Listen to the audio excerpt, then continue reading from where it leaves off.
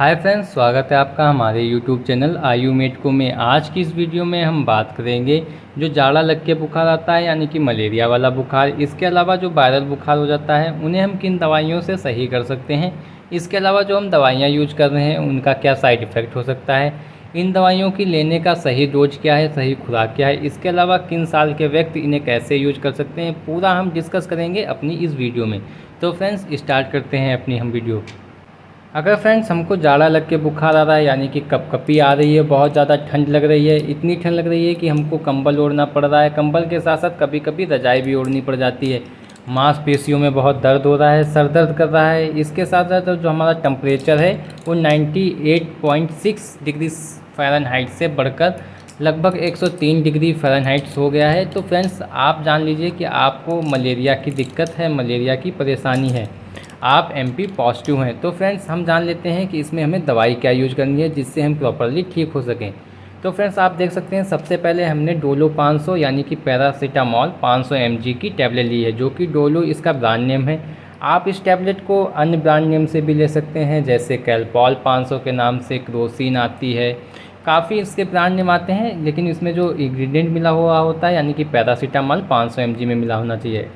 इसके अलावा अगर आपको ज़्यादा तेज़ फीवर है तो आप डोलो 650 यानी कि पैरासीटामॉल 650 mg में भी यूज कर सकते हैं। पैरासीटामॉल एक एंटीपायरेटिक दवाई होती है जिससे जो हमें बुखार आ रहा होता है जिन जीवाणुओं के कारण से, उन्हें ये रोकता है बढ़ने से, जिससे हमारा बुखार रिमूव हो जाता है। बट फ्रेंड्स ये उन जीवाणुओं को किल नहीं कर सकता है, मार नहीं सकता है, इसलिए ये सिर्फ बुखार को कम कर सकता है, बुखार को उतार सकता है। बट अगर आप इसका सिर्फ सिंगल में यूज करते हैं तो कुछ देर बाद आपको दोबारा बुखार आ जाएगा। अब आप देख सकते हैं दोस्तों, जो हमारी दूसरी दवाई है उसका नाम है लारियागो। लारियागो की अगर हम फार्मूले की बात करें तो इसमें क्लोरोक्विन फॉस्फेट मिला हुआ होता है।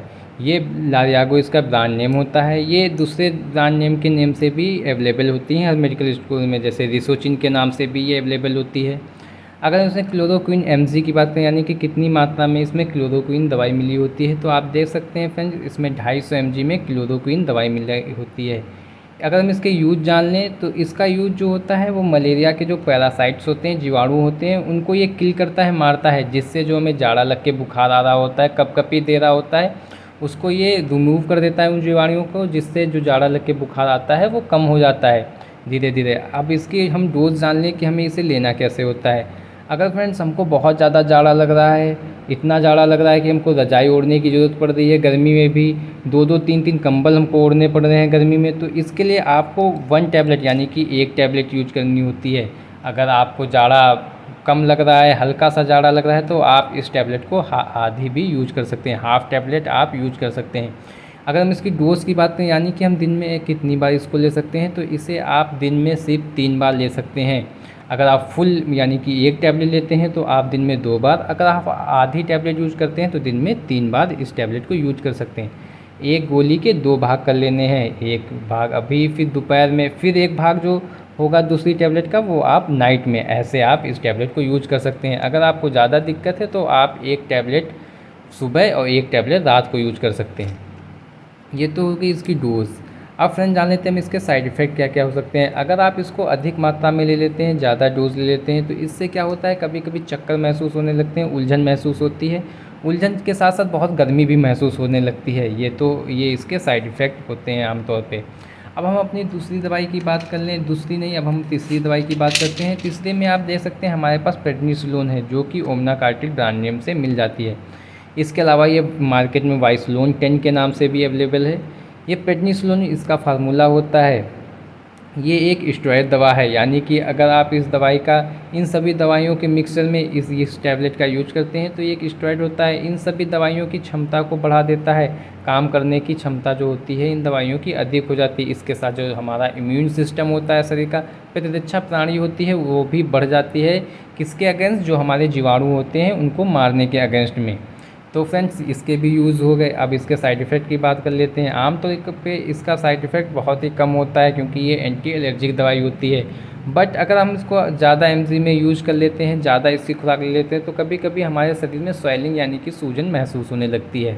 अब हम बात कर लेते हैं अपनी चौथी दवाई जेंटेक 150 के बारे में। ये मार्केट में एसीलॉग 150 mg से भी मिल जाती है। अगर हम इसके कंपोजिशन की बात करें तो फ्रेंड्स आप देख सकते हैं इसमें रेनेटिडीन मिला हुआ होता है 150 mg में। अगर इसका यूज जाने हम तो ये एक एंटासिड है, यानी कि जो हमारे पेट में गैस बन रही होती है या फिर एसिड की मात्रा अधिक हो जाती है उसको ये रिमूव करता है, एसिड की मात्रा को कम करता है।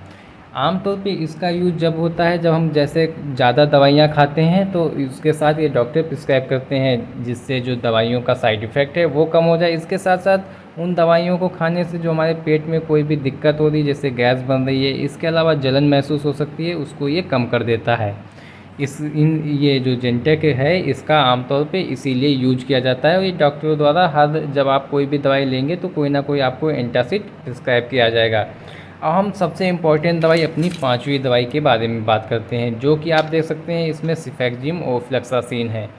सिफेक्जिम ये एक एंटीबायोटिक दवाई है। एंटीबायोटिक दवाई का अगर हम यूज़ की बात करें तो ये क्या करती हैं, जो हमारे बॉडी में कोई भी जीवाणु है, कोई भी वायरस है, उसको ये किल कर देती हैं, जिससे जो दिक्कत परेशानी होती है वो समाप्त हो जाती है। जैसे हम इस समय बुखार के लिए दवाई ले रहे हैं तो हमको जैसे जाड़ा वाला बुखार हुआ है तो हो सकता है हमारे शरीर में मलेरिया हो, मलेरिया के जीवाणु हो, इसके साथ हमारे अंदर बुखार यानी कि अगर वायरल फीवर है तो उसके भी हमारे अंदर जीवाणु हो सकते हैं।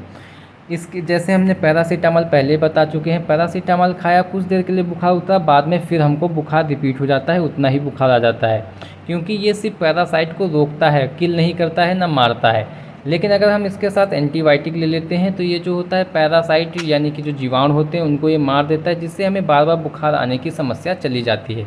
आप इस जो हमारे पास एंटीबायोटिक है हमने ये सिफेक्जिम ओफ्लेक्सासिन लिया हुआ है। सिफेक्जिम इसमें 200 mg में और ओफ्लेक्सासिन भी इसमें 200 mg में मिला हुआ है।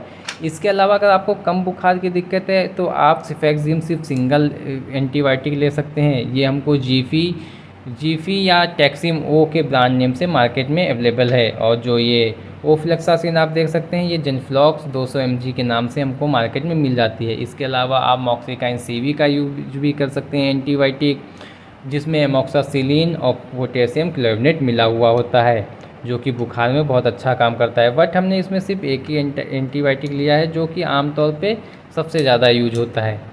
अब हमको एक कंपोजिशन तैयार करना है, यानी कि अब हमको इसे कैसे लेना है हम वो जान लेते हैं।